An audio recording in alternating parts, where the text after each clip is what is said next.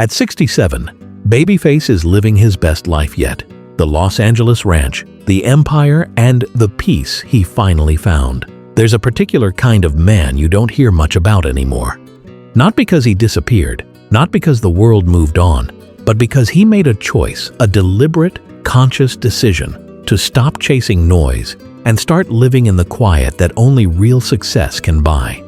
At 67 years old, Kenneth Brian Edmonds, the man the world knows as Babyface, is that man. He isn't on the cover of every magazine. He isn't starting beef on social media. He isn't doing desperate press runs or reinventing himself for a generation that barely remembers when he first ruled the airwaves. He doesn't have to. Because while most people were watching the flashier names burn bright and burn out, Babyface was doing something far more powerful. He was building, quietly, methodically.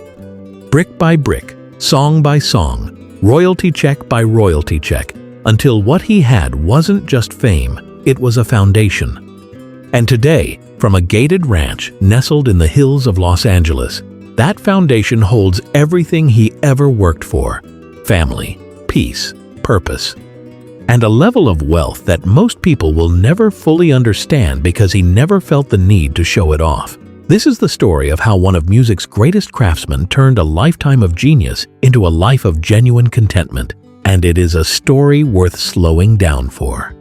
The beginning. A boy in Indianapolis. To understand where Babyface is today, you have to go back to where it all started. Not the award shows, not the platinum plaques. Back to Indianapolis, Indiana, in the 1960s, where a quiet, observant boy named Kenneth was growing up as the fifth of 6 brothers in a working-class household. He wasn't the loudest kid in the room. He was the one watching, listening, absorbing everything. And then, in 8th grade, his father passed away from lung cancer. Everything shifted in that moment. The world got heavier. The future felt more uncertain. And music, what had been a hobby, a casual thing, became something else entirely. It became therapy. It became direction. It became the one language that made the noise of grief feel manageable. He began writing songs seriously while attending North Central High School. Not just humming melodies, but actually crafting lyrics with intention, learning the architecture of a song from the inside out. Around that same time, a chance encounter with funk legend Bootsy Collins gave Kenneth something he would carry for the rest of his life: a nickname. Bootsy looked at the young, fresh-faced kid and called him Babyface, a playful nod to those youthful features that made him look younger than he was. The name stuck, and so did the ambition. The grind, bands, partnerships, and a quiet sharpening. His first real steps into the music industry came in the late 1970s when he joined the funk band Manchild. It wasn't stardom, it wasn't even close, but it was education, raw, real, unfiltered education about what the music business actually demanded. By the early 1980s, he found his way into an R&B group called the Deele, and it was there, in the middle of that group's rhythm, that something bigger began to take shape. Not just music, but a partnership. One of his bandmates was Reid, and that pairing would eventually reshape the entire landscape of American rhythm and blues. During those early years with the Deele, Babyface was sharpening his most powerful weapon, not his voice, not his charisma, but his pen. In 1983, he co-wrote Slow Jam for Midnight Star. The song was a hit, and more importantly, it was a signal that said, this man is more than a performer. He is a craftsman, and the best work he does may never have his name on the front of the album. By 1988, he and Reid had left the Deele to focus entirely on production. That decision, quiet, practical, and almost invisible to the outside world at the time, changed absolutely everything. The rise. Engineering soundtracks for a generation. The late 1980s launched Babyface into a different stratosphere. His production work on Bobby Brown's Don't Be Cruel helped define new jack swing and dragged R&B into a new era with it. Hit after hit demonstrated that he didn't just understand melody, he understood timing, culture, the exact temperature of the room before the room even knew it was warm. Then came his solo chapter, The 1989 album Tender Lover introduced him as a leading voice in his own right. Smooth, emotionally intelligent cuts like It's No Crime and Whip Appeal weren't just popular, they were studied. Albums like For the Cool in You and The Day pushed him deep into triple platinum territory, blending vulnerability with a commercial precision that felt almost mathematical in its perfection. But what truly sets this man apart, what makes his legacy genuinely remarkable, is not just longevity, it is adaptability. In the 2000s, he co-wrote and produced for an entirely new generation of artists, including Ariana Grande. His Grammy-winning duet album Love, Marriage and Divorce with Toni Braxton proved his pen was still sharp, still relevant, still capable of cutting deep. He was inducted into the Songwriters Hall of Fame, a recognition that isn't about hype or headlines, it is about history. And then, when most people had already placed him in the legacy artist box and moved on, he came back. His work on Snooze for SZA brought him back into the Billboard Top 10 as a producer more than 2 decades after his previous run at that altitude. That is not nostalgia, that is relevance. As of 2026, he remains active. Live performances, including a steady presence at the Pearl Concert Hall in Las Vegas, still creating, still commanding stages. But the most interesting part of his story, the part nobody talks about enough, is what he built off the stage. The ranch, a home that tells the truth. Currently, Babyface has chosen space over spectacle. His Los Angeles ranch sits quietly in Sullivan Canyon, tucked inside a peaceful cul-de-sac on a massive 23,000-plus square foot lot, fully gated, completely private. The kind of place where the only thing you hear is wind moving through trees. Pulling up to the property, the first thing you notice is breathing room. Wide front lawns, mature trees that have been there long enough to mean something. Gardens that feel intentional, not decorative. This isn't flashy Beverly Hills luxury with imported stone and showroom lighting. This is grounded California living, understated, confident, and completely secure in what it is. Step inside, and the house immediately feels warm. The layout flows naturally. Open-plan living and dining spaces stretch beneath high ceilings, while floor-to-ceiling windows flood every corner with natural light. Nature doesn't sit outside this house, it feels invited in. Every major room opens directly onto a patio or garden, creating that seamless indoor-outdoor rhythm that Southern California does better than anywhere else on Earth. The central living room feels like the emotional heart of the home. Built-in cabinetry, a clean fireplace, soft, natural tones. It is elegant without being cold, comfortable without being careless. The kitchen has been completely refreshed, bright, functional, clearly designed by someone who actually cooks, connecting easily to the dining area and keeping everything social and open. Upstairs and down the hallway, the private quarters maintain that same calm energy. 4 bedrooms, 3.5 bathrooms. The master suite is spacious without being excessive, opening onto 2 separate gardens. Morning light on one side, quiet shade on the other.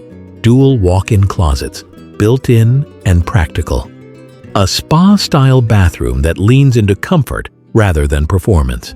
Outside, the backyard is landscaped with intention.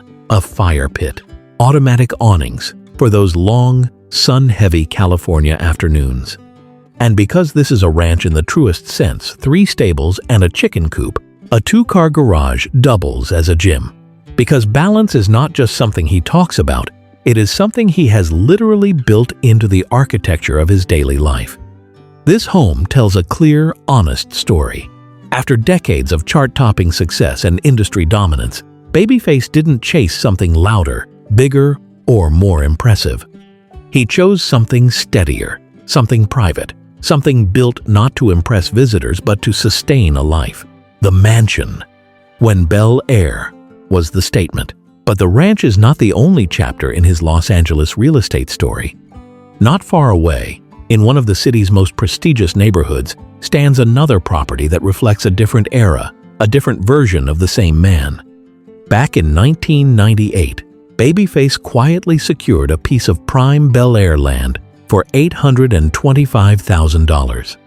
2 years later, that empty lot had been transformed into an 11,000-square-foot Mediterranean estate, a property that reflected the height of his late 90s dominance.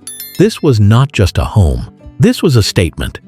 From the moment you step through the doors, the scale makes itself known. A dramatic, double-height entry opens up to twin staircases curving upward, framed by mosaic-style art walls and gallery-like spaces designed to showcase sculptures and collectibles. It feels curated, almost museum-like, but still warm, still personal. The main living room anchors the first floor, with a classic fireplace and a discreet bar tucked nearby. French doors open to a wraparound rear patio, blurring that indoor-outdoor California line all over again. The kitchen flows into a casual dining space, while a separate formal dining room stands ready for larger evenings. One of the 5 bedrooms sits conveniently on the ground level, with its own ensuite bath, ideal for guests who value their privacy. Upstairs, 3 additional bedrooms offer flexibility. The primary suite overlooks the backyard and includes a private sitting area, 2 oversized walk-in closets, and a spacious bath with dual vanities. It feels less like a celebrity suite and more like a retreat within a retreat. And then come the details that remind you exactly who built this home. A fully equipped recording studio because creativity doesn't clock out. A brick-lined wine cellar and tasting room. A dedicated home theater, not 1 but 2 gyms. An elevator connecting the levels. A separate living area with its own private entrance for staff or extended family. Outside, the Mediterranean vision continues. An outdoor kitchen for dining under the California sky. A pool and spa wrapped in natural stone and cascading waterfalls, giving the backyard the unmistakable feel of a private resort. Fire pits positioned thoughtfully across the space, creating intimate corners for conversation long after sunset. In 2022, he listed the property for $8 million, later adjusting to $7.5 million in November of that year. As of this writing, the mansion has yet to find a new owner, but that almost feels secondary, because this home captures a specific chapter when Babyface was not only shaping R&B, but living at the absolute center of its gravitational pull. The cars, quiet power on 4 wheels.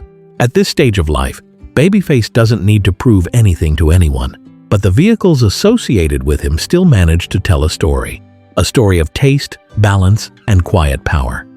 Start with the Tesla Model S. Clean lines, smooth curves, nearly silent when it moves. The Model S isn't about roaring engines or theatrical exhaust notes. It is about instant acceleration and futuristic precision, an all-electric drivetrain with lightning-fast 0 to 60 capability. The kind of car you choose when you appreciate innovation and efficiency just as much as raw performance. Forward-thinking in every sense of the word.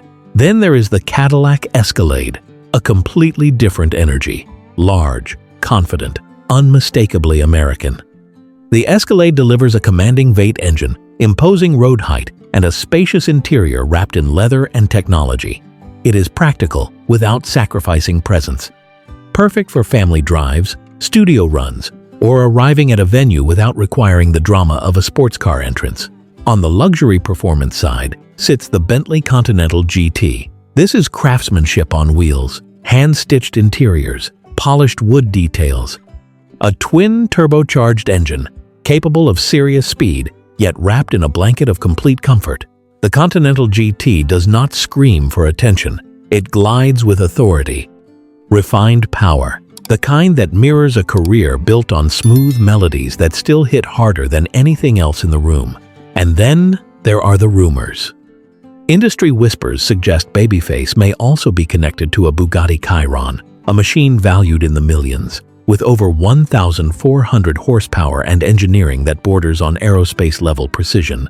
Whether confirmed or simply the product of well-informed speculation, even being associated with such a hypercar speaks to a level of achievement that very few human beings on this planet will ever reach. Together, this collection paints a picture of a man who has earned the freedom to choose exactly what he enjoys without needing to justify any of it to anyone. The empire. The real numbers behind the silence. Now we get to the part that most people don't fully understand. Because estates and vehicles are the visible surface of success. The real foundation, the engine running silently underneath all of it, is something far more structural. Babyface has accumulated a net worth estimated at over $200 million as of early 2026. And what makes that number genuinely impressive isn't just its size, it is its architecture. The true engine of his wealth is not touring, it is ownership. For decades, his catalog of more than 24 chart-topping R&B records has functioned like a living, breathing financial ecosystem. As a songwriter and co-writer for artists like Whitney Houston, Boyz II Men, Toni Braxton, Usher, and Mariah Carey, he earns from mechanical royalties, performance royalties, streaming revenue, synchronization licensing, and publishing, including through his own Good Vibes music group. Songs like I'll Make Love to You and End of the Road didn't just dominate radio for a summer. They generated tens of millions in lifetime sales and streams. That kind of catalog creates what most investors can only dream of: steady, recurring, passive income. Even today, individual tracks continue generating performance royalties around the world every single day. Then there are the production fees. At his peak in the 1990s and early 2000s, elite producers at his level commanded upfront fees ranging from $100,000 to $125,000 per song, sometimes significantly more for superstar clients. But the real upside was always on the back end. Securing 3 to 7% artist royalties could translate into millions per hit over time, especially once albums went multi-platinum.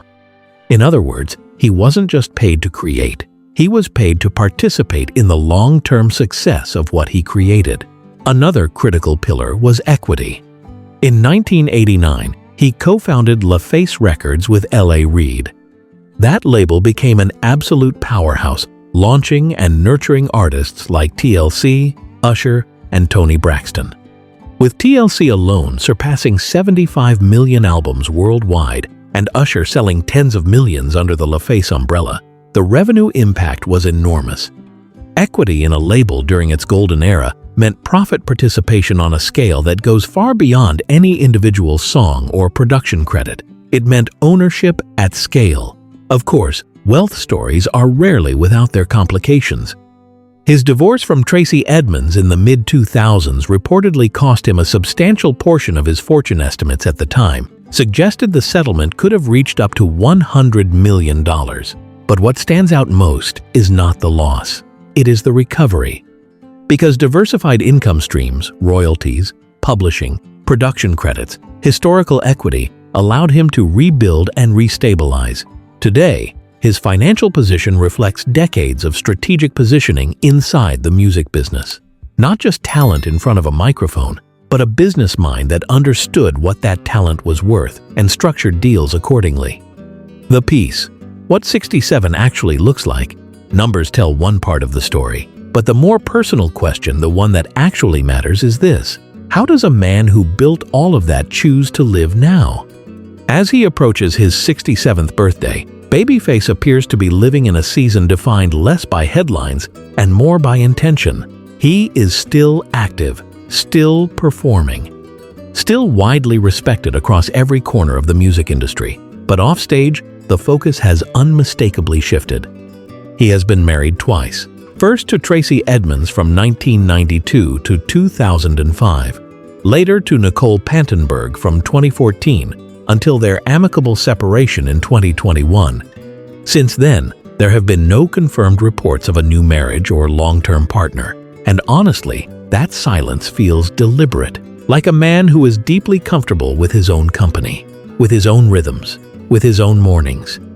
His personal life today appears centered not on publicity, but on presence. More than anything, he identifies as a father.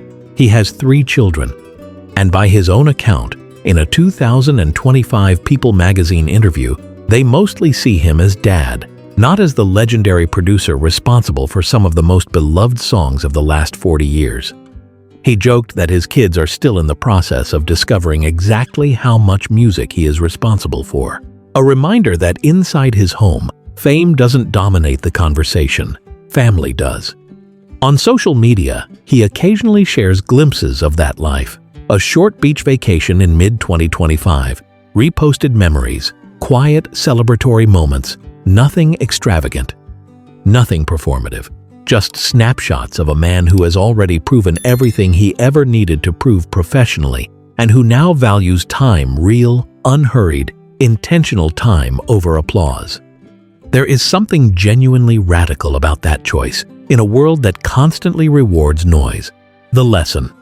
What Babyface actually teaches us. Here is what the Babyface story is really about. It is not about being the biggest name in the room. It is about being the most indispensable voice in the room and knowing the difference. It is about understanding that the real money in the music business isn't in being the artist. It is in owning the song. It is in the pen. It is in the back-end percentage. It is in the label equity that most performers never think to ask for. It is about building something that keeps working even when you stop. It is about the LA ranch tucked into Sullivan Canyon, where the mornings are quiet and the gardens feel like they've always been there. About the Bel Air mansion that captured a specific era of dominance and still stands as proof that he was here, that he mattered, that he shaped something. About the cars that move through the world without demanding anything in return. Most importantly, it is about what happens after the peak, because the peak, the Grammy wins, the platinum records, the arena tours, that is the part the cameras catch, the part they write about, the part that fills the documentaries and the tribute specials. But the real life, the one being lived right now at 67 from a ranch in Los Angeles with his children nearby and royalties flowing quietly in the background, that is the part worth paying attention to, because that is where the full picture comes into focus, not the highlight reel, the whole film. Babyface didn't just survive the music industry, he mastered it. And then, when mastery was complete, he had the wisdom to step back and simply live inside what he had built. That is quiet wealth, not the kind you flash, the kind you feel. The kind that pays for mornings with no agenda, afternoons in a garden you designed yourself, and evenings where the only soundtrack that matters is the one playing at home. At 67, Kenneth Brian Edmonds Babyface, the hitmaker, the craftsman, the father, the architect of an era, is not living in the shadow of his legacy. He is living inside it, fully, quietly, and better than almost anyone realizes. If this story resonated with you, make sure to hit that like button, subscribe if you haven't already, and drop a comment below. Tell us which part of Babyface's story surprised you the most. We read every single one. We will see you in the next story.